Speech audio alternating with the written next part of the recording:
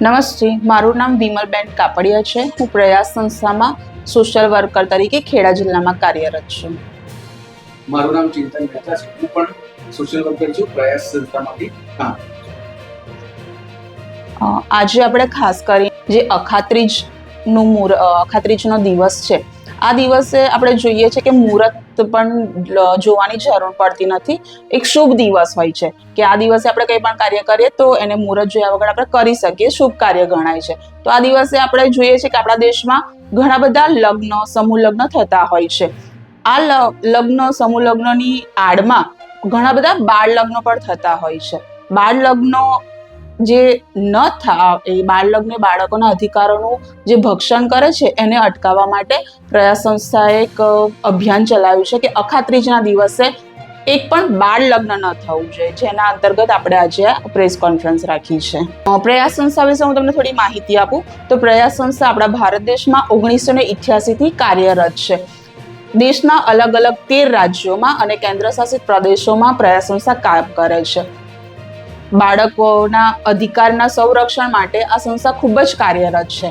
બાળ લગ્ન, બાળ મજૂરી, બાળ શોષણ જેવા અલગ અલગ બાળકોના મુદ્દાઓ પર પ્રયાસ સંસ્થા કાર્યરત છે. ઘણી બધી અવેરનેસ પ્રોગ્રામ ને બધું કરીએ છીએ, છાપામાં બી અવારનવાર આવતું હોય છે. છતાંય લોકો આનાથી અજાણ છે કે બાળ લગ્ન જો કરવામાં આવે અને એની અરજી પોલીસ પાસે જાય તો એનો દંડ 2 વર્ષની સખત કેદ અને 1 લાખ રૂપિયાનો દંડ થતો હોય છે. હવે એ કોને કોને સજા થઈ શકે? તો જે લોકો બાળ લગ્ન કરાવે છે, એટલે કે માતા પિતા બાળ લગ્નમાં જે લોકો ભાગ લે છે, જાનૈયાઓ, બંને વર પક્ષ, કન્યા પક્ષ, જાનૈયાઓ, ડેકોરેશન વાળા, કેટરર્સ વાળા, ઇવન તમે ધારો કે લગ્નમાં ગયા નથી, ભાગ નથી લીધો, ખાલી તમે ચાંદલો લખાવ્યો છે તો તમને પણ સજા થઈ શકે છે.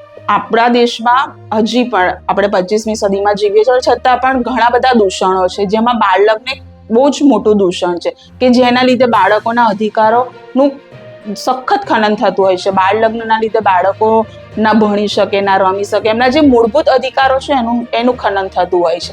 તો આપણે બાળ લગ્ન અટકાવીને બાળકોને સ્વતંત્ર એક નાગરિક, સારા નાગરિક બનવા માટે એમને આશ્વાસન આપવું જોઈએ.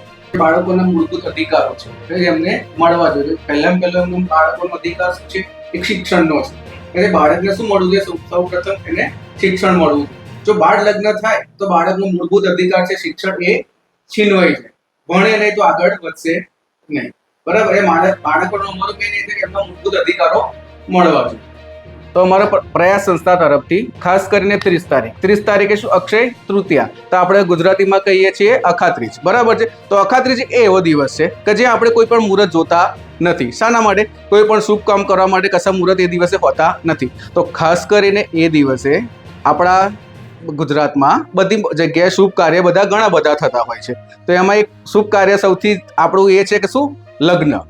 તો લગ્ન તો ઘણા બધા થતા હોય છે, પણ લગ્નની અંદર એ પાછો એક ગુનો અમુક એવો છે કે બાળ લગ્ન. તો બાળ લગ્ન એ શું છે કે છોકરીની ઉંમર ઓછામાં ઓછી 18 વર્ષથી ઉપર હોવી જોઈએ અને છોકરાઓની 21 વર્ષથી ઉપર હોવી જોઈએ. તો બાળ લગ્ન કોને કહેવાય? કે છોકરીની ઉંમર 18 વર્ષથી નીચે હોય. એની અંદર એ કેવું છે કે 17 વર્ષ થતા હોય છે.